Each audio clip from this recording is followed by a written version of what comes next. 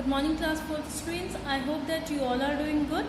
Today I am going to start your second term. In second term we will do chapter 14 to chapter 26. Alright. So let's start. What is your chapter 12? Baswa's farm.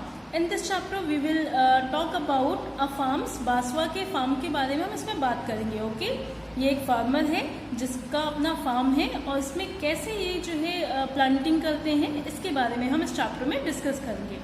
So let's start. I am Basava. My father's is a farmer. मेरा नाम बासवा है. मेरे father एक farmer है. Farmer कौन होते हैं? किसान. We live in Belvinika village in Karnataka. हम जो है बेलविनिका विलेज में रहते हैं कर्नाटका के. It is the month of July. Like every year Appa my father is preparing the field to show the onion crops. Okay, so हर साल की तरह मेरे जो अप्पा हैं, फादर जो मेरे हैं, वो फील्ड को प्रिपेयर करते हैं ऑनियन क्रॉप्स के लिए. क्योंकि हम किसकी खेती करते हैं? क्या बोलते हैं? हम ऑनियंस लगाते हैं. There are so many things to be done at this time. और उसी टाइम पे हमें बहुत सारी चीज़ें होती हैं जो करनी होती हैं. To help him I to go to the field with अप्पा. उनकी हेल्प करने के लिए मैं भी उनके साथ उनकी फील्ड पे जाता हूँ. In the last few days अप्पा हैज़ बीन यूजिंग द खुंटी and iron rod to dig the soil, loosen it and make it soft. अप्पा जो है कुछ दिनों से जो है लगातार क्या कर रहे हैं? उस खेत को खोद रहे हैं. ठीक है, किससे खोद रहे हैं? खुंटी से. देखिए यहाँ पे ये पिक्चर है, उसके हाथ में इस फार्मर के हाथ में जो है वो उसको कहते हैं खुंटी. ओके, सो ये क्या कर रहे हैं कि फील्ड को डिग कर रहे हैं, खोद रहे हैं. क्यों खोद रहे हैं? ताकि वहाँ की जो सॉइल है वो लूज हो जाए, सॉफ्ट हो जाए. Understood? Find out. In Basava's area an implement called खुंटी is used to loosen the soil. Okay, what this kind of implement called in your area? So जो इनके हाथ में है खुंटी, इनके एरिया में उसे खुंटी कहते हैं. सो आपके एरियाज में ऐसे जो आयरन रॉड होते हैं जिनसे हम सॉइल को खोदते हैं, ओके, मिट्टी को खोदते हैं, लूज करते हैं, उसे सॉफ्ट बनाते हैं, आपके एरिया में उसे क्या कहते हैं? So you can find out. Now come to next page. Find out from a farmer or some elder in your family what kind of crop are grown in your area. So अपनी किसी Elder से या किसी farmer से, अपनी family member से कि किसी एल्डर पर्सन से आप पूछिए कि आपके एरिया में किस टाइप के जो है क्रॉप्स को लगाया जाता है, किस टाइप की खेती, किस चीज़ की खेती की जाती है. Showing the sheets. अब यहाँ पे शीट्स को जो है शो किया जा रहा है. Now let's see. This year also my father will show onion sheets in the field. So इस साल भी मेरे फादर जो है क्या बोएंगे? ऑनियन की शीट बोएंगे. ओके, उसे शो करेंगे. The bullocks will pull the kurgi and Appa will walk behind them. So bullocks जो बुल होंगे उनके पीछे ये कुर्गी बांध दिया जाएगा और ऐसे जो है पूरे फील्ड में जो है उनको चलाया जा रहा है. उसके पीछे मेरे अप्पा खड़े होंगे. Sprinkling the sheet. I would also like to do this. अब मेरे अप्पा क्या करेंगे इस काम के बाद?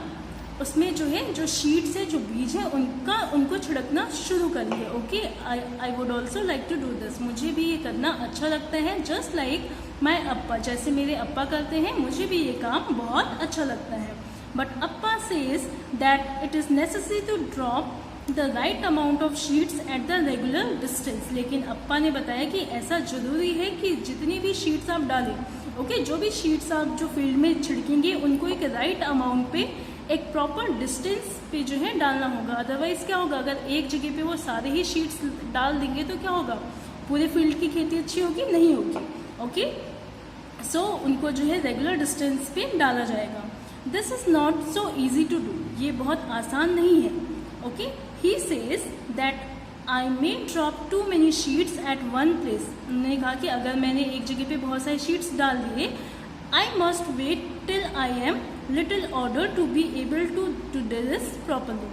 इसीलिए उन्होंने कहा कि अभी तुम इसे सीखने के लिए जब तक तुम एक प्रॉपर नहीं हो जाते, ओके, जब तक तुम इस काम को सीख नहीं जाते तब तक तुम्हें इसके लिए वेट करना होगा. The sprouts appear. It is now 20 days since the sheets were shown.